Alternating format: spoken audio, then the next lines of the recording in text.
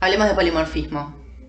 El polimorfismo tiene que ver con la coexistencia de dos o más variables en una característica fenotípica heredable a la descendencia dentro de una misma población. Voy a tener o puedo identificar dos tipos de polimorfismo, uno transitorio y el otro balanceado o equilibrado. El primero que vamos a ver es el transitorio y tiene que ver con estas polillas que ya estuvimos un poco estudiando cuando hablamos de selección natural, que es la Viston betularia. Dentro de esta población yo voy a tener dos morfos distintos, o sea, dos variables de, en este caso, una característica que es el color de las polillas. Voy a tener el morfo claro y el morfo oscuro. Dentro de eso, dependiendo de las calidades ambientales, voy a tener mayor cantidad de individuos de uno que de otro. Pero no va a desaparecer uno de los morfos en relación al otro. ¿Sí? Va a depender siempre de la cantidad que haya porque las poblaciones son heterogéneas.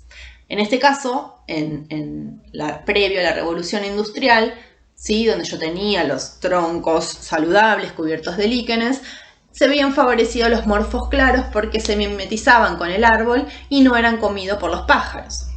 Entonces, las siguientes generaciones van a tener mucho más cantidad de morfos claros que de morfos oscuros, aunque esto está todavía presente, o tanto porque están en homocigosis o porque quedan en heterocigosis ahí ocultos.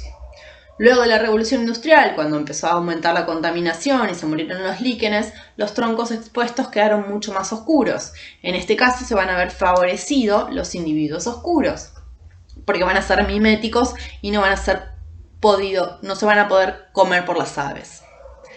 De vuelta, no van a desaparecer los morfos claros, sino que van a quedar muy reducidos o enmascarados en una heterocigosis.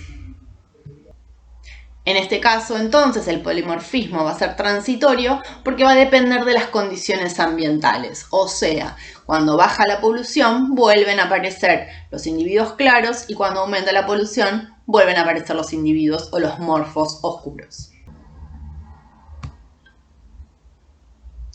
El otro tipo de polimorfismo, entonces, es el equilibrado, que acá no va a depender de las densidades, sino que yo voy a tener un montón de variación en una población dependiendo de los subambientes que van a estar ocupando estos individuos. El ejemplo que vamos a tener es el de estos caracoles terrestres, ¿sí?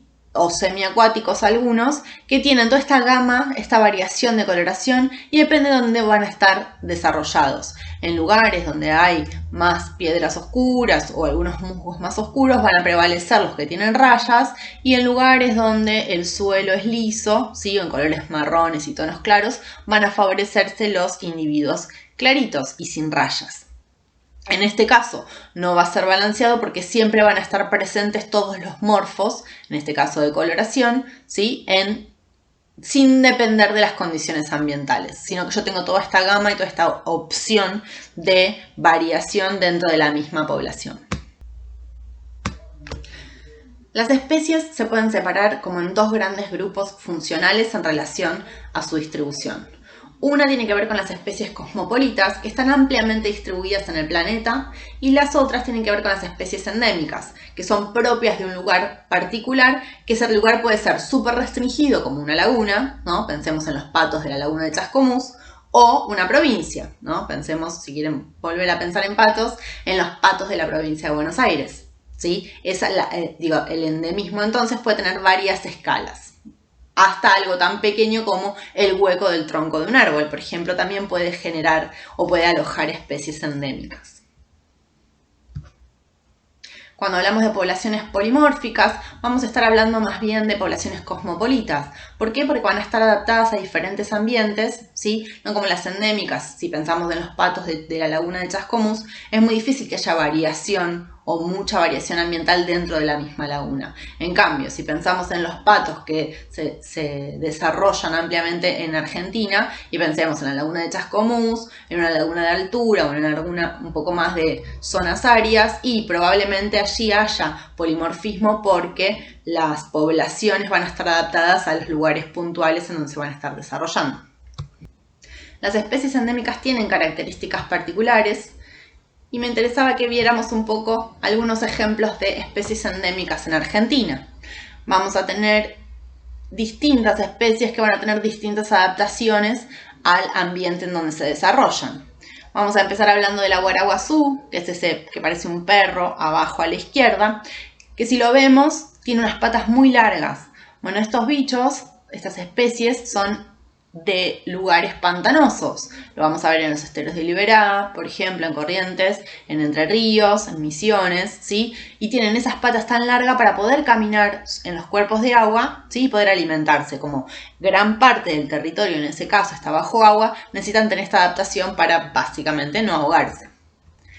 Otro de los ejemplos que tenemos es el oso de anteojos. Es el único úrcido que vamos a tener en toda Latinoamérica que lamentablemente en Argentina ya no está presente porque la reducción de su hábitat y destrucción hizo que se desplace para el norte y lo vamos a encontrar recién en Bolivia o en Perú.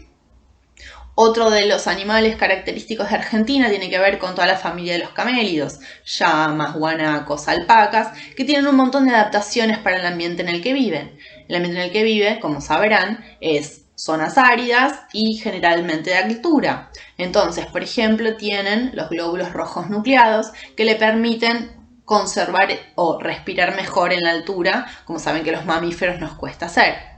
Otra de las adaptaciones que tienen es que, por ejemplo, las crías de estos bichos nacen de día, muy temprano a la mañana. ¿Por qué? Porque en las zonas desérticas hay mucha diferencia de temperatura entre el día y la noche. Es lo que llamamos amplitud térmica. Entonces, si estos bichos nacen de noche, al nacer mojados y como presentan pelos, probablemente se congelen. Por eso nacen bien temprano para aprovechar el sol y poder secarse y no tener estas problemáticas.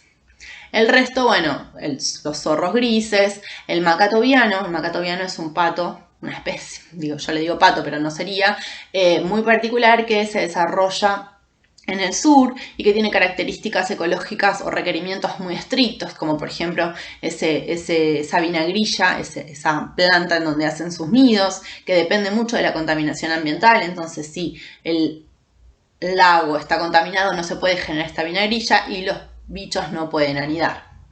Y después tenemos la mara, ¿sí? Que es una liebre patagónica característica, los coigües, alerces o notofagus, que son también característicos de la Patagonia, y el tipo, ese pastito que tenemos abajo en el medio, que es típico del pastizal pampeano, que se llama flechillar y que tiene muchas características que lo hacen adaptativo a la zona pastizal de esta zona que es la pampa.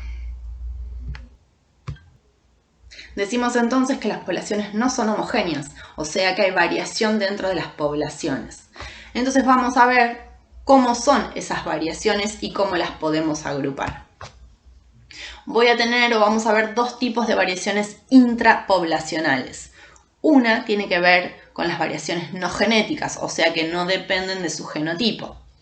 El primero y el más común y el más característico tiene que ver de la variación del individuo a lo largo del tiempo. ¿Sí? Con la edad, la estacionalidad y la vejez va a ir cambiando el fenotipo en relación a esto. Un bebé no va a tener las mismas características físicas que un niño o que un adulto. Después voy a tener otro tipo de variación que tiene que ver con la variación social, que son los insectos particularmente que forman castas sociales. Y esto creo que ya lo vieron con Nati, pero dependiendo de la alimentación que vayan a tener, voy a tener los distintos tipos de castas dentro de las poblaciones sociales. ¿Sí? La reina se va a alimentar de algo, de una parte, en este caso si pensamos en hormigas, ¿sí? Que se alimentan de un hongo, bueno, las reinas se van a alimentar de una parte, los obreros de otra, y eso le va a dar características distintas que después lo van a hacer desarrollar en una casta y no en la otra. Otro tipo tiene que ver con la variación ecológica. O sea, dependiendo las calidades, las condiciones ambientales, voy a tener distinta variación dentro de esa población.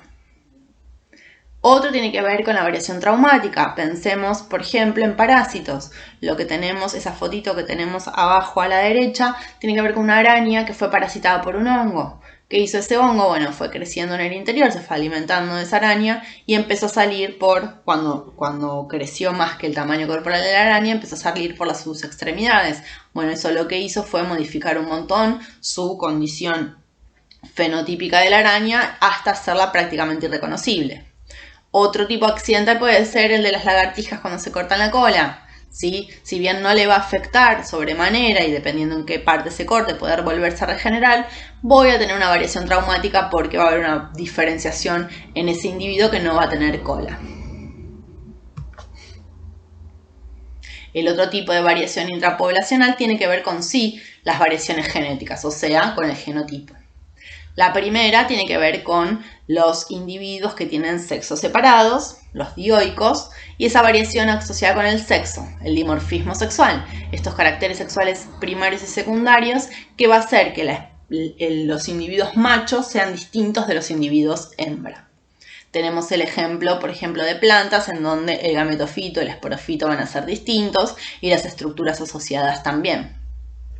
Otro ejemplo tiene que ver con la variación asociada con generaciones sexuales y asexuales. O sea, cuando yo tengo poblaciones en donde hay una alternancia entre reproducción sexual y asexual, los individuos o la parte del individuo que esté formando cada una de esas etapas va a ser distinta. El ejemplo es el de las medusas o aguas vivas, ¿sí? En donde yo voy a tener una parte asexual que tiene que ver con un pólipo, ¿sí? Que parece más una planta que un animal, que se va a fijar en el sustrato, todo esto pasa en el agua, por supuesto, se va a fijar en el sustrato y va a empezar a crecer. Una vez que crece, ¿sí? Empieza un proceso que se llama estrobilación, que es la separación de partes de esa estructura que estaba fijada al sustrato, que empieza a generar individuos de vía libre, ¿sí? Que son las medusas adultas. Esas medusas son las que portan los caracteres sexuales, ¿sí? De la reproducción sexual y van a generar las gametas que van a alargar al medio para poder fecundarse y reproducirse y volver a generar este ciclo. El último entonces tiene que ver con la variación no asociada al sexo, continua y discontinua, y tiene que ver con estos polimorfismos, ¿sí? Como veíamos el del caso de los caracoles, o en este caso que son individuos que tienen toda esta variación dentro de una misma población, pero que no dependen ni de cuestiones ambientales ni de ningún otro tipo de cuestiones externas que no sea su propia variación genética. Pensemos entonces que toda esta variación que van a presentar las poblaciones va a hacer que esa especie al fin y al cabo sea exitosa, porque si hay un cambio en el ambiente va a haber individuos que puedan soportar ese cambio y heredar sus características favorables a la descendencia, y va a haber otros individuos que no se puedan adaptar a esas nuevas condiciones y probablemente mueran. Pero esto va a depender mucho entonces de la variación que yo tenga dentro de las poblaciones. Cuanto más variación tenga, probablemente más saludable sea esa población y más se adapte a los cambios ambientales sucesivos que van a sufrir.